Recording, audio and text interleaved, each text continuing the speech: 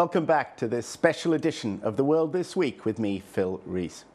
If 2011 will be remembered as the year that Sunni Muslims in the Arab street finally lost their chains, it's also a year that Al-Qaeda lost its founder and leader, Osama Bin Laden. In a sense, the roots of Al-Qaeda lie in the role of the West in Muslim lands. The invasions, the backing of corrupt leaders and so on, led some to believe that violence was the only way to defend their faith. His death, nearly a decade after 9/11, was surprising, not simply because it happened, but because of where it happened.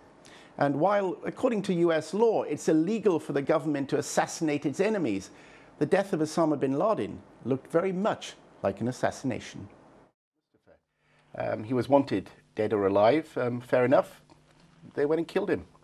Well, this is... the US is used to riding roughshod over a country, went into Pakistan. And, something was shot on Monday, Pakistan's sovereignty. The idea that the US can go into a garrison town or anywhere else in Pakistan, pick anybody up. But they were sheltering him, though, they would argue. This is raised, look, if you want to live in a jungle, this is a question to the US, then they would need to face the consequences of that, because people would say, there's a lot of worry in Pakistan today that if this could happen in Abbottabad, a garrison town, and we remember the drone strikes in several parts of Pakistan right now, what next? Is anybody safe? And this shows the treachery of the Pakistani government. This is how people see it, that, nobody's safe in Pakistan from America. So we need to talk about justice, etc. is fairly rich coming from the US government. I mean, Catherine Heseltine, do you believe that the method of his killing will anger many Muslims? I think it is a shame that we didn't see him put on trial, in a court to face the evidence, that we see again military means instead of the legal process, because 9/11 was a crime, and the way to deal with crime is not a war, but the legal process. At the same time, Osama bin Laden was not a popular man amongst most Muslims. So I don't think it's something that is necessarily going to raise people's heckles in the same way as we've seen extrajudicial killings. It's standard practice by the Israeli government, and I think Muslims maybe got more focus on human rights abuses that are going on in the wider world. Elsewhere. Okay, well, let me bring in Paul Rogers there. Paul, you're listening to that. Do you think that the method of his killing was strictly legal in terms of international law and the laws of combat? That's actually very difficult to say. There are the two issues of the impinging on Pakistani sovereignty and what you might call an extrajudicial killing. And if you look at the comments by international lawyers over the last 48 hours, there's some dispute about that. But whether there is a dispute or not, I would certainly take the view that it would have been far better if the circumstances allowed for Osama bin Laden to have been detained and actually handed over not to a US court but to an international criminal court, and then to be tried, and as Catherine was saying, to see 9/11 as example of criminality. I think that would have been the much better way to do it. The reality is that bin Laden had been seen as a huge figure in the United States, more so in the US than in virtually any other country, certainly in Western Europe. The perception in the US was that he was the key person responsible for Al-Qaeda, responsible for 9/11, and at the center of everything. Now, that may well be a myth for the last 5 or 6 years, but that was a perception. And so from the US point of view, once he was killed, there was a lot of popular feeling about it. The farther you get away from the United States, the more different it looks. And I think there is quite a widespread view, interestingly, expressed in some ways by one of the Christian leaders, the Archbishop of Canterbury, earlier today, that in fact some other way forward would have been better. In contrast to Osama bin Laden, another man wanted for mass murder was arrested and brought before a court in 2011. At the International Criminal Tribunal for the former Yugoslavia, the trial began in July of the former Bosnian Serb military commander, Ratko Mladic. He stands accused, amongst other crimes, of ordering the Srebrenica massacre, when nearly 8,000 men and boys were gunned down and placed in mass graves. Just after Mladic's arrest on May 31st, we discussed how important it was for the people of both Bosnia and Serbia to finally arrest a man who'd been on the run for almost a decade. Ben Ward from Human Rights Watch, do you think that in terms of Serbia this will have a significant effect? Because clearly there were political movements in Serbia, the sense of a greater Serbia was very, very significant at that time during the war, fueling passions, a belief that Serbs living outside of Serbia had rights to be part of Serbia. Do you see this as having any significance in terms of the internal politics of the former Yugoslavia? I certainly think it will. I mean, it's perfectly true that there are still many people in Serbia who see Ratko Mladic as a hero. I mean, we saw that, of course, in several reports. But at the same time, some of the trials that have already taken place, both at the Yugoslav Tribunal in The Hague and also in Serbia's own domestic war crimes court, have helped to pierce through this wall of denial that we've seen in Serbia for many years, and to help people to come to terms with what was done in the name of Serbia and by forces that were aligned to Serbia. So while I think it's a long process, it is helpful in moving away from collective guilt and towards individual accountability for all these serious crimes.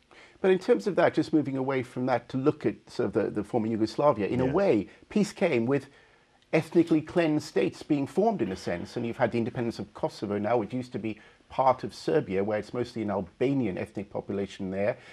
I mean, what does that tell us about Bosnia? Because there are a large number of Serbs in the north of Bosnia, and Bosnia is actually quite divided now between the Bosniaks, the Muslims in the south, and the Serbs in the north. That's a very powerful division. I mean, is this going to help that? Well, I think it's important not to overstate what justice can deliver.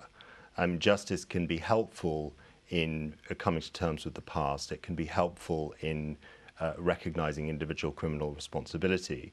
But justice is fundamentally important for the victims and for its own sake. And I think one can overstate how much it's capable of delivering political transformation. I mean, there obviously is a need for continued energy and effort to ensure that the former Yugoslav states are kind of brought into Europe and are able to develop in a way that respects the rights of their minorities. I mean, do you think then that in a way the Balkans, which as I've read in the introduction had been referred to as a place of violence, obviously had been for centuries, in fact, the crossroads of many civilizations.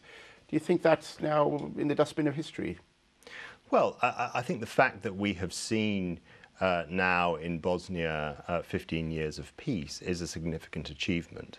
And we are seeing positive political developments in Serbia and in Croatia, which of course is soon to become a member of the European Union, along with Slovenia, another former Yugoslav state. So there is political progress, and I think there is cause for encouragement. But at the same time, there is no room for complacency. And unfortunately, I think the Balkans has rather fallen off the political radar in recent years. It was a Friday afternoon in September when one man shocked the world. A car bombing in Oslo destroyed much of the centre of the Norwegian capital and left 8 dead. But worse was to come. For nearly an hour and a half, Anders Breivik embarked on a shooting spree on a nearby island, killing 68 people. Most of the dead were under 25. And the reason why Breivik did this? It was in the name of an Islamophobic ideology. Breivik claimed in writings that his ultimate goal was to reverse the migration of Muslims to Europe. Well, I remember watching 24-hour news that afternoon as the horror unfolded. A stream of experts explained that the attack was the work of Al-Qaeda. The experts didn't stop for breath. It began as a Bali-style Al-Qaeda bombing, but soon became Mumbai-style Al-Qaeda massacre. Well, why did they get it all so wrong? Before we talk generally about the things, let's try and stick to last Friday, though. I mean, there was certain language that was interesting, wasn't there, in terms of the way that it was described as a terrorist attack to begin with. And then we saw you know, the Telegraph, they're hilarious. I'd be killed by a blonde gunman, as if hair colour mattered. Absolutely. And if you go back to Friday, and there are some real important lessons to be learned here, and a watershed in terms of where the media stand on issues like this. You saw the unfolding picture of something that was already pre-written. Almost the facts didn't matter. There were no facts available. And yet, you know, number of mainstream media organizations with experts both on television and in the press were saying, we know exactly what the driver for this was. It's only Al-Qaeda, it's to do with Muslims, it's extremists, Islamists. The language being used there to describe, and no distinction between, let's say, the wider Muslim community or any individual, blonde or otherwise, within the Muslim community. Well, there can be blonde Muslims, can't there? Absolutely. Well, okay, I mean, kind of, Ollie, I mean, let's, you know, I don't know if you managed to capture, I mean, it wasn't great watching, by the way. I've spent several hours on Friday, nothing better to do, flicking through channels. And, you know, there was one voice in all of them. And even as we saw Al Jazeera there, sadly, indeed, wheeled in the same kind of analyst. Do you think that there's a kind of security industry now that marches out with the same argument, that somehow Muslims are better, the West is under threat? Well, I think, you know, I'm a Muslim. And I'm proud to be Muslim, and I'm proud to be British. I feel this is my home, and my job is to protect my home. And I believe vast majority Muslim citizens in this country are law-abiding citizens. But what we have seen last Friday, soon as the bomb went off, the headlines came as terrorists, fundamentalists, Islamists. All of those arguments was used. But what struck me most is, as of today, when a non-Muslim go and blow themselves up, or the massacre has been committed last Friday, at no point, not a single journalist from mainstream media has ever used as a Christian terrorist or fundamentalist those sort of words. As you have said in your opening remarks, that it's been used as blonde bomber. They are so reluctant to use words such as terrorist or fundamentalist, but when it's Muslims, they are very quick to jump to conclusion that it's a terrorist. Now, last Friday, what was happened, and I saw the Sky News literally couple hours after the first incident, the bombing incident, and it was headlines, and we saw some of them, and sadly, as you said, the Al Jazeera followed the suit of right-wing media, which was very disappointing in that fact. And without any fact, without any evidence, they jumped to conclusion it must be another Muslim came to Norway to blow the country up. Why would another Muslim want to come and blow Norway up? No evidence was given, no explanation was given, but we was quite quick to jump to conclusion. And I think this is how we demoralize the Muslim community and the vast majority of Muslim citizens who are law-abiding citizens of this country and across Europe. In a year when a series of influential political figures were overthrown, captured or killed, the fate of the former Libyan leader, Muammar Gaddafi, was a mystery for more than a month. During that time, he was hiding amidst the last remnants of his regime in his hometown of Sirte. But on October 21st, NATO planes bombed a convoy leaving the town. They tipped off rebel commanders. Gaddafi was fleeing into nearby woods. But Gaddafi wasn't captured and brought to trial. Instead, he was beaten and tortured, including being sodomized with a knife, before he was shot, and then the video posted on the internet. The media in the West celebrated Gaddafi's death with gusto. The Sun newspaper referred to Gaddafi as Mad Dog, showed his bloodied picture under the headline, Mad Dog Put Down. Well, our panel did not share that sentiment. David Meffam from Human Rights Watch. A bad start for liberated Libya? Yes, definitely. I mean, those kind of images are horrific, and it was clear that the way that Gaddafi was treated in those final few hours was beyond any kind of acceptable way for someone who was captured to be treated. I mean, Gaddafi unquestionably was a tyrant, but even tyrants are entitled to basic treatment, to basic justice. And what we would have strongly preferred is that someone like Gaddafi should have been brought before a court and properly tried for the crimes that he was no doubt absolutely unquestionably responsible for. And I think actually many of the victims, people who suffered under Colonel Gaddafi, would have wanted that as well as people that were killed. As I mentioned Lockerbie earlier on in the interview, what we wanted was justice, and actually what we got was a lynch mob. And it's entirely right that we should be pushing very, very hard now. The NTC has indicated that they're supportive of this, for a proper investigation into those circumstances, not just in the case of Gaddafi's death, but actually also in terms of the 53 individuals that you referred to in the introduction, those people who appear to have been killed extrajudicially, that needs to be investigated, and the people responsible for that need to be held to account. Mohammed Abdul Malik, obviously from Libya Watch, you must have been disappointed yourself to see those images. Well, if I took a spotlight view of what has happened, yes, of course, I cannot condone killing the way Gaddafi has been killed. But as a Libyan myself who's concerned for his country, I think we need to have an overall view of this. This what is happening in Libya has been described by the West over and over again as a civil war. And that's what happens, unfortunately, in civil wars. And if we're talking about killing this way and that it must be investigated, then I call for the investigation of the killing of Bin Laden, who was also killed defenselessly. He wasn't fighting. He was under the mercy of the American soldiers, and they killed him. And I haven't heard, all this cry about let's take the soldiers who killed Bin Laden to court, and let's investigate this. I think also the fact that these people, these revolutionary forces, these young people who were under the rule of Colonel Gaddafi for 40 years, they must, it must be appreciated that they must have felt that the law, as we talk about it today, has failed them. Okay, Mohammed Abdul Malik, I'm sorry, we're coming to an end there. Thank you for that. Okay, thank you for joining us. Yossi Mekelberg, very quick word from you. Fair enough, there was a war. He was brutal. This kind of thing happens.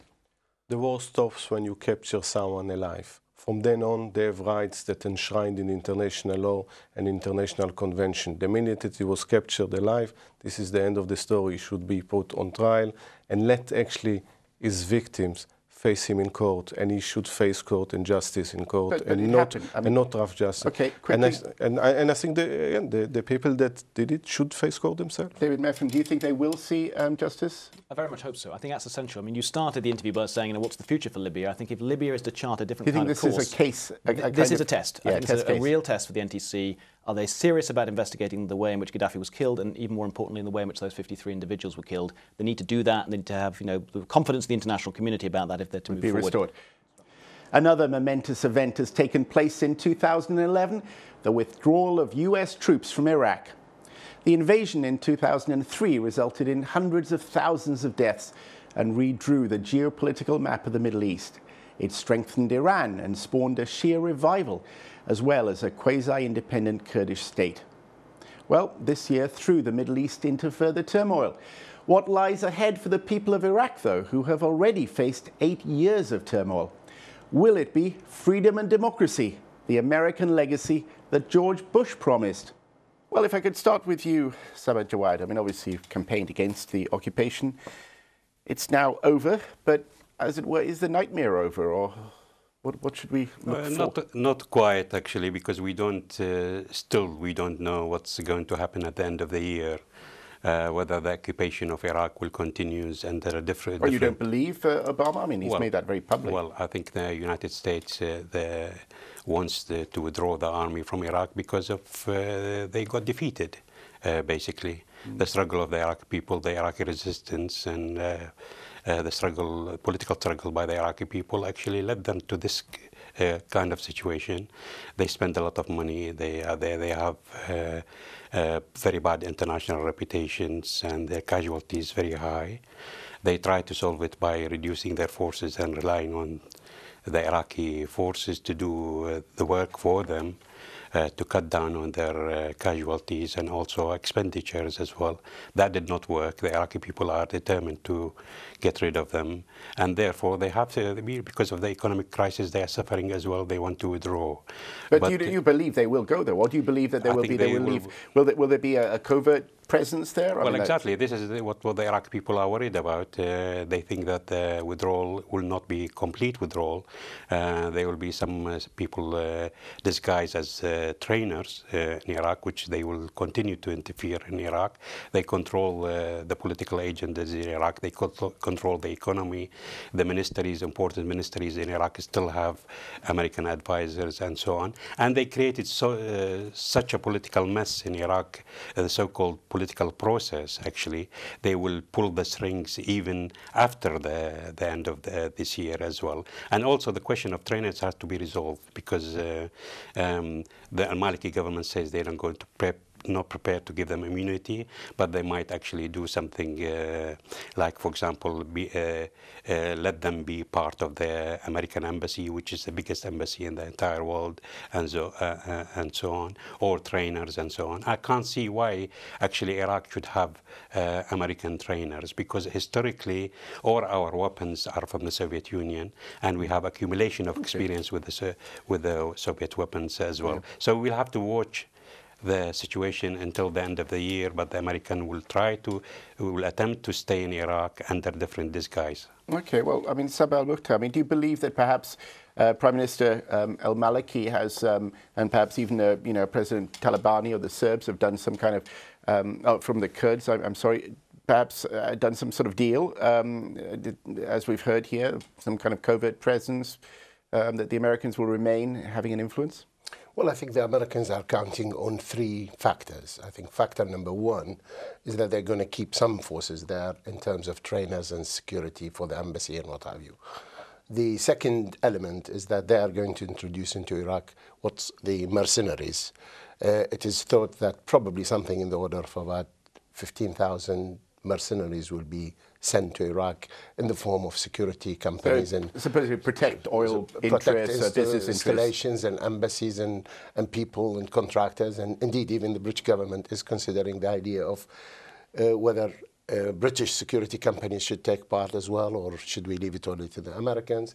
So there is this second flank. The third one, I think they are counting on the theory which they have applied in South Korea and South Vietnam, i.e. you leave sufficient nationals, sufficient people of that country who will do your dirty work. So if we look at the political scenery in Iraq at the present moment, there are quite a lot of people on a variety of levels, in parliament, in government, in ministries, in the defense, in the police, who are in fact, they're just American agents. They are people who are fulfilling the American agenda. And if all these things fail, I think the Americans are counting on the idea that they will wait for the Iranians to do the job for them. So what you cannot do, you would allow somebody else to do it, even if they are your enemies, but they will finish the job. Because I believe that the Americans have gone into Iraq for the purpose of destruction of Iraq. Iran. That was the year that was. What a remarkable one. Well, we'll be back next week, but that's it from all of us here at The World This Week for 2011. Have a happy new year. Salam alaikum.